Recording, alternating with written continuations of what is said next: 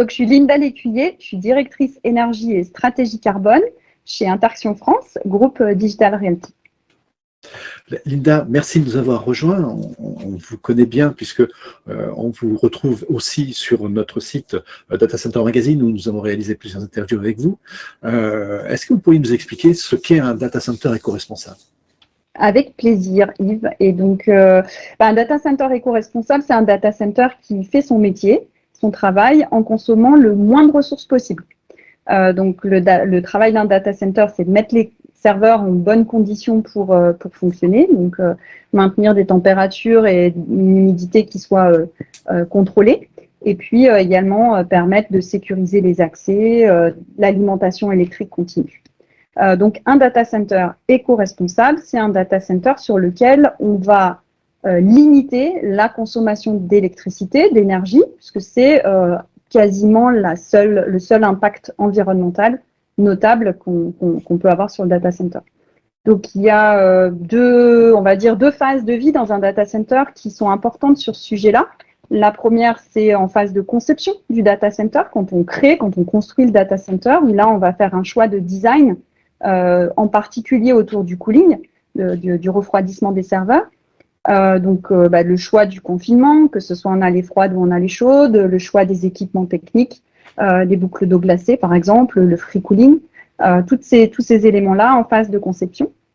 On a des capacités aujourd'hui d'optimisation des data centers qui sont très poussées.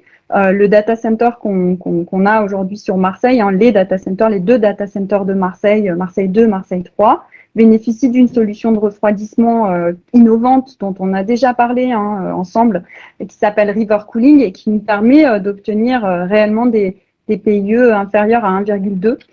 Donc concrètement, ça se fait très bien sur des nouveaux data centers. Sur les data centers un peu plus anciens, donc chez Interaction, on a une culture de l'opération du data center depuis plus de 20 ans. Et donc, ces data centers, ils existent toujours, on les opère toujours, on les a pas mis de côté. Et donc, du coup, on les remet à niveau régulièrement. On dit qu'on les rétrofit. Et donc, pour ces data centers-là, on va aussi pouvoir améliorer l'efficience énergétique. Et il y a un exemple marquant toujours à Marseille, qui est le data center Marseille 1 qu'on a racheté à l'époque à SFR et sur lequel on a mesuré aujourd'hui un gain en termes d'efficience énergétique de 60% sur les 8 dernières années. Donc, il y a vraiment une capacité à progresser, y compris sur des data centers qui existent. Voilà, donc un data center éco-responsable, d'abord, c'est un data center qui consomme peu pour faire son travail. Voilà, ça c'est la première chose. L'efficience énergétique, c'est vraiment le premier élément. Après, c'est un data center sur lequel on va pouvoir travailler la source d'énergie qui est utilisée. Donc en France, on a la chance d'avoir de l'électricité de très grande qualité grâce au réseau électrique français.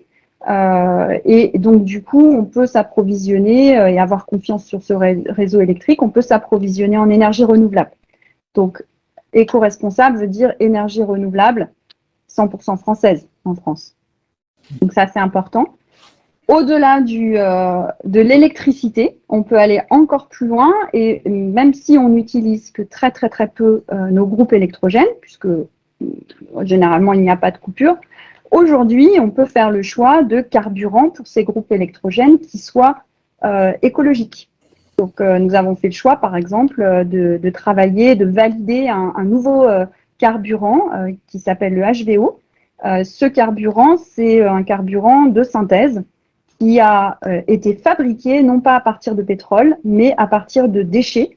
Donc, de déchets, par exemple, de déchets d'abattoirs, de déchets d'industrie agroalimentaire, et qui permet de produire un carburant, c'est pas un biocarburant, c'est un carburant qui est véritablement aussi performant que carburant classique, mais qui ne produit pas l'impact lié à l'extraction du pétrole. Donc, c'est 90% d'économie de carbone, ce type de carburant. C'est très intéressant. Donc, même si on en consomme peu, on peut aussi faire ce choix-là. Et puis dans le troisième pilier, qui est tout aussi important, c'est qu'une fois qu'on a réduit, fait cette efficience, qu'on a travaillé sur les énergies renouvelables, on peut vraiment quantifier son bilan carbone. C'est très important dans le cadre du changement climatique aujourd'hui. On parle tous du changement climatique, on est tous en train de le toucher du doigt. Je crois qu'il est maintenant temps que chaque acteur soit capable de mesurer son empreinte carbone. On a l'engagement, nous, de le faire tous les ans. On fait un bilan carbone annuel sur notre champ direct de responsabilité. Et à partir de ce bilan carbone, et malgré tous nos efforts, il reste toujours quelque chose en termes d'émissions carbone. Donc l'engagement qu'on peut prendre aussi en tant qu'acteur éco-responsable, c'est de contribuer à maintenir les puits de carbone, c'est-à-dire les zones dans lesquelles on va stocker le carbone. La nature est bien faite. Et donc, un des points qui est important, essentiel à notre pense, c'est de pouvoir protéger ces puits de carbone. Pour ça, on s'appuie sur des acteurs reconnus, des associations. Et donc, on va venir aider la forêt à se régénérer. On va pouvoir éventuellement reforester là où il y a des endroits où ça se détruit, mais avant tout déjà protéger, sanctuariser. Et on peut même aller jusqu'à faire des choses assez innovantes, puisqu'on a, nous, le privilège de travailler avec le Parc national des Calanques. Et il se trouve qu'il y a des forêts sous la mer. Et ces forêts, c'est des grands herbiers marins. Alors, on peut râler l'été quand on trouve des algues mortes sur la plage, mais il ne faut pas. Ce sont vraiment des grandes prairies sous-marines. Et ces prairies, elles captent notre carbone et c'est ce qui fait qu'on a l'équilibre planétaire. Donc voilà, notre responsabilité en tant qu'industriel, c'est d'être capable aussi de soutenir cette nature pour la biodiversité, pour lutter contre le changement climatique. Voilà. Donc c'est selon nous les trois piliers essentiels, consommer moins et puis consommer mieux et enfin agir pour puiser encore plus le carbone. Merci Linda. Vous êtes responsable énergie auprès d'Interaction Digital Realty. Est-ce que vous avez une vision d'avenir également? Vers quoi nous allons pouvoir évoluer? Je sais qu'il y a beaucoup de choses, beaucoup de projets qui se mettent en place aujourd'hui. Voilà, pouvez-vous nous partager cette vision? Alors, il y a encore du chemin, effectivement. J'ai beaucoup parlé de manière très égocentrée sur notre propre responsabilité directe, tout ce qu'on fait chez nous. On est aussi responsable de notre chaîne de valeur, donc on peut agir à la fois auprès de nos clients pour les sensibiliser à choisir par exemple des équipements informatiques qui soient plus vertueux, à optimiser la façon dont ils les utilisent. Et puis surtout, notre rôle, c'est d'agir sur nos partenaires, fournisseurs en particulier. Et donc là, on dit dans notre jargon environnemental qu'on travaille sur le scope 3. Alors, le scope 3, c'est toute la chaîne de valeur amont.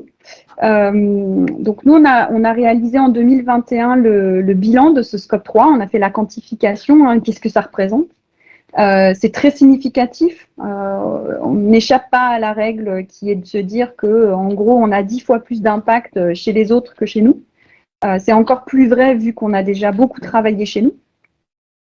Et donc, la responsabilité élargie, c'est aussi d'inviter nos partenaires à agir pour qu'au final, le service rendu global il soit beaucoup plus vertueux.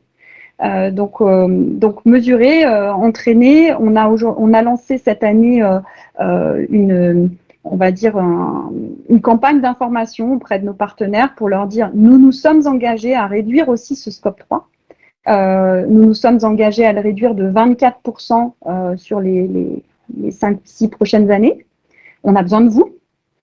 Et donc, du coup, on va chercher à toutes les innovations possibles, toutes les nouvelles solutions pour, par exemple, construire nos data centers avec des matériaux plus éco-responsables.